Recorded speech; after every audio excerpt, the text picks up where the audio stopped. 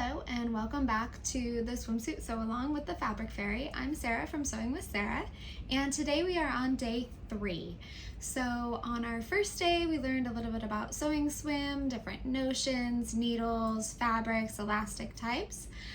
Yesterday we went ahead and cut out our fabric, and today we're going to be sewing our main and lining fabrics together. Now I've split it up like this because a lot of swimsuit patterns do have both a main fabric and a lining. If your swim pattern does not have a lining, that's totally okay. You don't need to sew it today. Just go ahead and sew together your main pieces. Tomorrow we're going to be working on installing elastic and finishing up our suits the following day with cover stitching or hemming.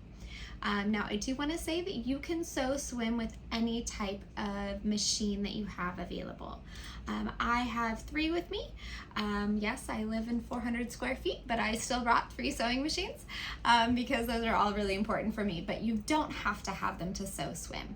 So I'm going to be using a serger today, but I'm also going to be using my sewing machine for basting, and I'm going to be using my cover stitch machine for top stitching down binding.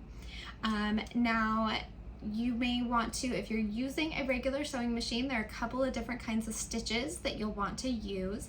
If you have the option of doing like a 3-step zigzag, you could use a lightning bolt stitch, so it kind of looks like a little lightning bolt, and I'll show you a close-up in a moment, or in my blog post. Or you could do a 3-step stretch stitch. So that's like a straight stitch that goes back and forth, back and forth, back and forth as it sews. All 3 of those stitches will work. I tend to prefer a zigzag when I'm sewing down elastic, but I'll use, like if I was going to use my sewing machine to top stitch, I would either use a zigzag or a 3-step stretch stitch. The lightning bolt stitch is another great one for main construction, but I wouldn't use it for top stitching. You may also have a stretch twin needle that could be used for top stitching as well when we get to that part. But your main construction stitches are on a sewing machine are either going to be that lightning bolt stitch or the zigzag. The downside to the zigzag is that it does, sometimes when you pull apart the layers, you might see it a little bit more, whereas the lightning bolt stitch you will see less. But you know, the zigzag does stretch really well, it's really durable. So those are all options, and you know, I would encourage you to just go for it. If you just have a standard sewing machine available, you can do this whole thing on there. You won't need to adjust any tension usually. You will need to have those stretch needles in. I'm going to be using my serger, and there are times when I'll have my tension up and times when I'll have my tension down, or my differential feed, I'm sorry. Just depending on what I'm doing in the moment, and I'll walk you through that as I go along. So the first thing that I'm going to be doing is sewing my Gigi swim bottoms. Those have a main and then a lined front. So I'm going to be sewing that piece today, and then I'll move on to the Greenstyle Cami tank swimsuit that I'm going to be making. So follow along and go ahead and swim your own, or sew your own pattern, or follow along with what I'm doing here, and then we'll meet up at the end to share our progress. Okay, so I have my swim bottoms out here. Something to mention with swim is sometimes it can be challenging to tell what the right and the wrong side is. I feel like, you know, there's a side to me on this recycled swim that looks a little shinier, and a side that looks a little bit more dull. So I'm going to put the shiny side out. It is up to you. So, you know, don't feel like you have to get that right. But I would definitely make sure that you're using the same fabric as the right side. Sometimes I'll stick a little piece of tape on the right side of my fabrics if I'm concerned about forgetting. But to start off with, I have my clips here. I can get my box open. So start out with my Gigi bottoms. I'm going to pin the front and the back together at this crotch seam here. You also want to double check your seam allowance for your patterns. Different pattern companies use different seam allowances. So I know like Peekaboo is more fond of a 1/2 inch seam allowance. Jaylee is usually a 1/4 inch. Greenstyle is usually 3/8. So make sure that you're keeping an eye on that. So I'm going to pin my front and back bottoms together. at the crotch seam, and I'm just going to sew those on my serger here. So you can see, so I have the, double check my differential fade, I have it set, you know, maybe 1.75 there. I have all 4 needles threaded. So I just want to make sure that those 2 layers stay lined up.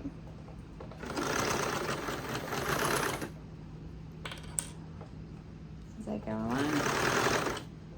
So we're actually going to be sewing this seam several times. Okay, so I've got that sewn there. Okay, so I have my my front and back sewn together, and now I've gotten my lining piece, and I've put the right side of the lining on the wrong side of the back. So you're gonna have kind of a little sandwich here with the back in the middle. The front piece is on the bottom, back piece, main piece is the middle, and then the lining front is on the top. So then I'm just going to sew again across there. This is where, if you don't, you know, if you're not very confident, Wonder Tape can be really helpful for just kind of getting on that top edge, keeping those layers together.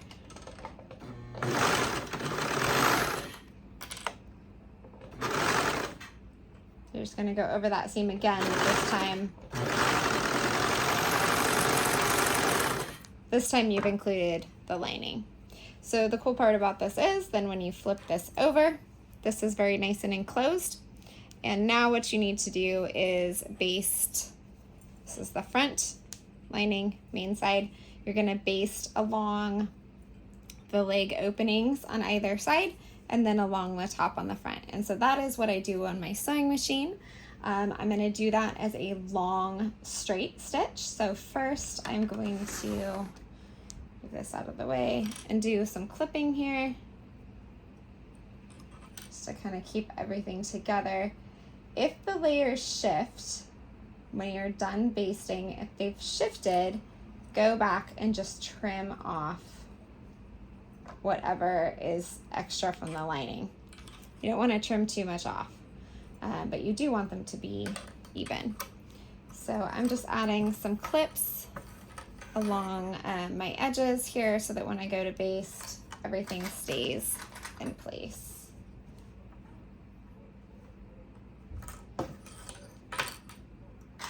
As much as possible, you don't want bubbles in your basting, so you want everything to be sort of flat. So I like to lay it flat as I clip it, just to make sure that all my layers here. Looks like there's a piece that got clipped in. Okay, so now we've got it. So we've got that all flat and clipped. So I'm gonna go over to my sewing machine and I'm just going to baste along the leg openings and along the top. I'm not going to do any sewing on these sides at this point. So I'm just gonna baste those together. Keeps the layers from shifting, especially when you go to install elastic in the leg openings or in the waist opening. Really helps out there. So I'm gonna go over and baste, and then I'll show you what that looks like. For basting, like I said, I use a long straight stitch length. So a 5 on my machine. I will use a 5 and just kind of sew a really long straight stitch, and I will not back stitch. Okay, before I go to baste, I wanted to show you the different stitches. This down here is the, you can see that okay, it's the lightning bolt stitch. So this is what's going to be considered a lightning bolt. It kind of is a really like narrowish zigzag. This is a zigzag stitch over here. So it's a 3-step zigzag, 1, 2, 3, and I will use that for construction as well, or top stitching. And this is the triple straight stitch that you can see up here in the corner, hopefully. And that one will go back and forth 3 different times. It does stretch. I don't typically use it for construction because it takes too long, but you could use it, you know, as a top stitching stitch if you wanted to. It is durable. It just takes a little bit longer. So those are my 3 main stitches on a sewing machine. I'm going to be using my long straight stitch for basting. So I'm going to increase my stitch length down here to 5. I took off, I told it not to backstitch. And so I'm just gonna go ahead and use that. I'm gonna use it in as close to the edge as I can get. So maybe a 1/4 inch seam allowance on that, because it's gonna get covered up later with the elastic. Okay, so I finished basting along this top edge and along these leg openings. So now all I need to do is put my front and my back right sides together and sew these side openings that we didn't baste. Now, like I mentioned, the Gigi pattern is intended to have a casing in here. So if you want to make the bottoms as designed, you would want to follow the instructions for that. But I had cut off the extra that was needed for the casing. So all I need to do is lay my pieces right sides together at the side seams. And then I can clip here along the sides. So you'll have 3 layers, front, back, and lining here. Same with this other side. Front, back, and lining on the back. And then I can just sew, this is right sides together, sew those in, and then I will be done with these bottoms. All they'll need from there is elastic, which we're going to install tomorrow. So I'm just gonna take them back to my serger.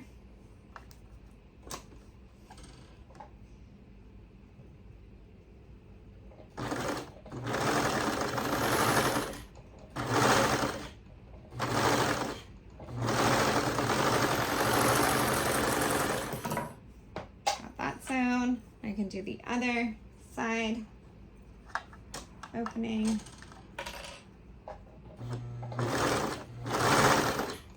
With these bottoms,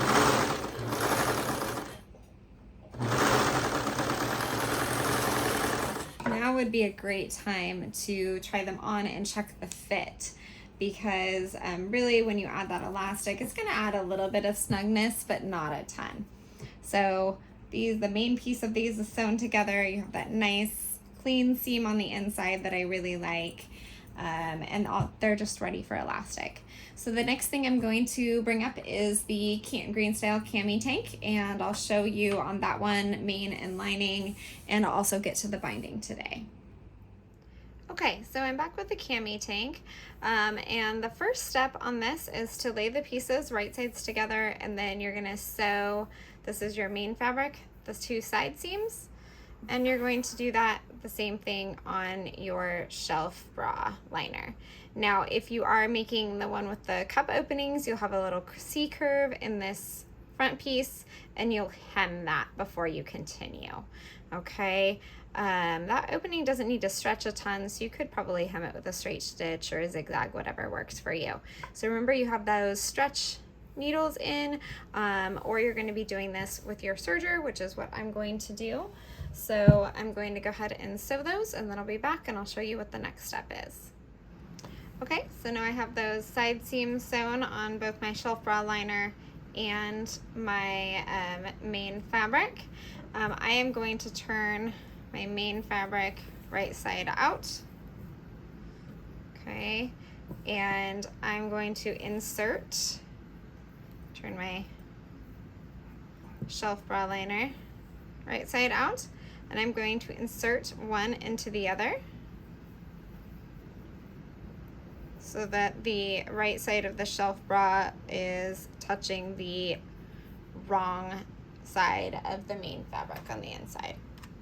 I'm going to then clip these together. It's really important for the binding that these 2 layers really stay together. So I'm going to go ahead and just clip wherever I can, and then I'm going to go through and baste all along these edges before I get to my binding. And today I'm going to show you how to do the front binding and sew the straps together.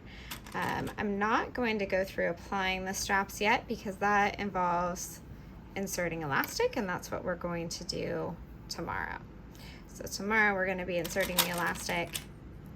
I like to make sure that these seams both get pressed toward the back. So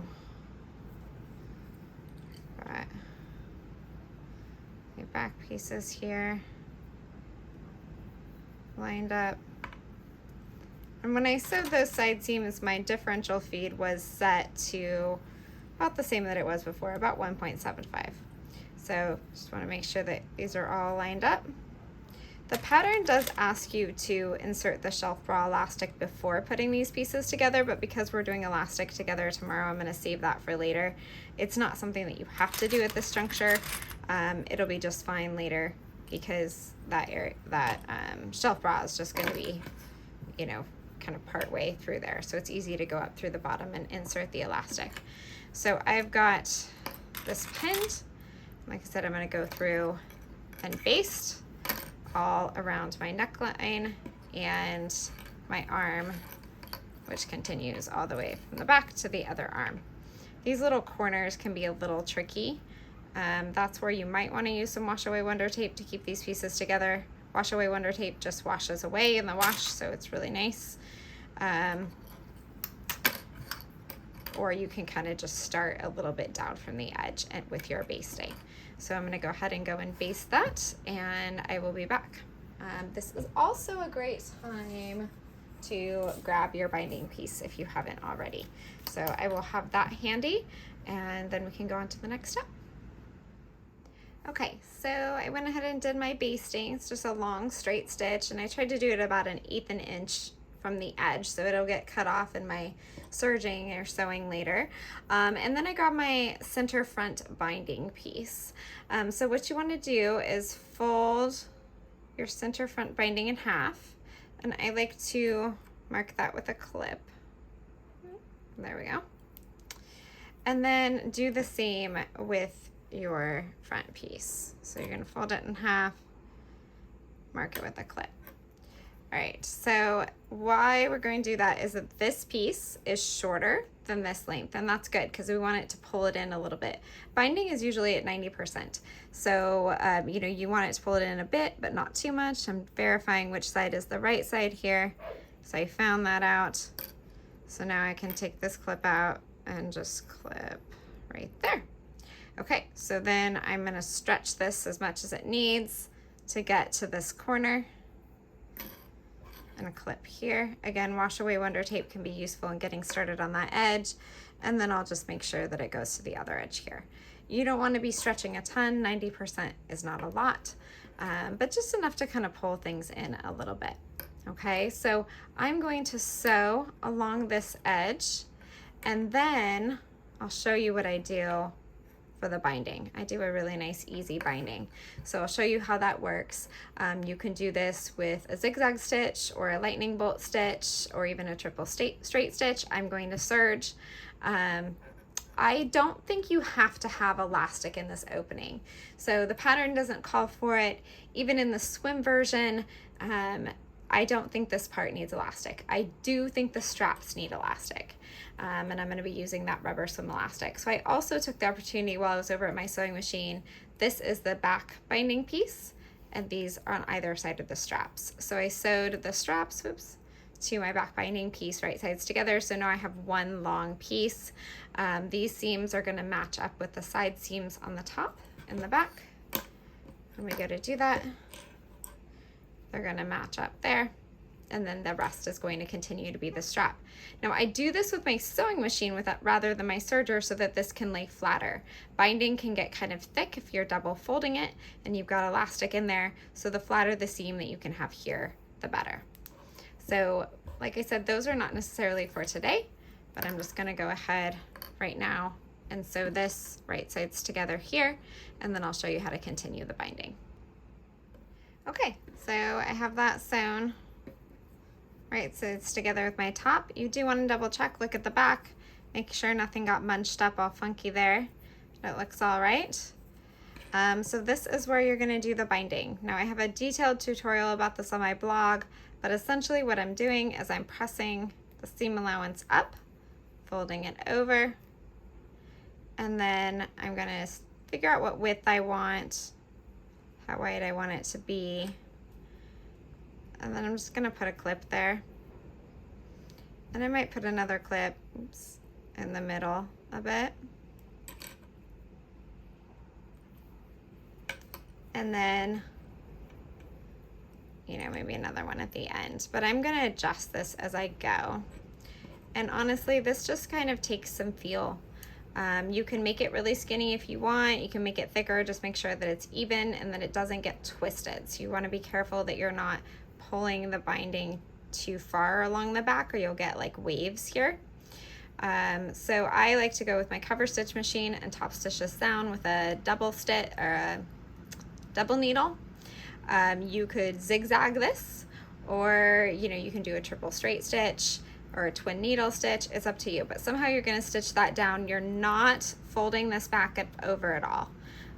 So you know, you certainly could, but that seems more finicky to me. So in this case, I don't. I'm going to trim it off right after we're done. So I'm going to go stitch it down, and then I'll come back and show you what that looks like. Okay, so I have sewn, top stitch that down. You'll notice over here, I have a little tutorial on chaining things on, but I started on a scrap piece of fabric and then I went on to my binding. You just start on your binding. Sometimes it's hard to get it the way that you want it.